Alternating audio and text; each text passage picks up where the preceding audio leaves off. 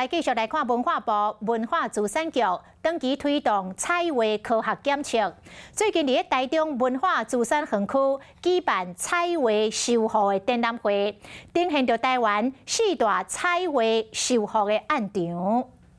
原高雄大光山龙湖庵大壁楼组整复刻版原笔的搬到台中文化资产园区，原址所画代笔出像图85幅顶，这拢是佛教的经典故事，有丰富的宗教艺术甲历史价值。那所谓的大悲出像图，就是将大悲咒。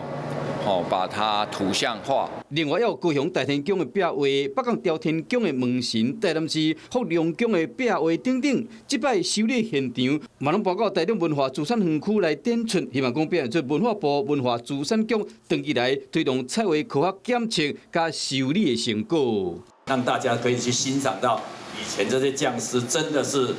保存他们原有的一个技术跟他们一个风格。每一个案场的彩画作品，拢是用原寸树咱乡亲会当感受到传统宫庙建筑的工艺之美。Hello， 我是雷亚，想要抢先掌握最及时的新闻资讯吗？赶快订阅、按赞、开启小铃铛，锁定华视新闻 YouTube 频道。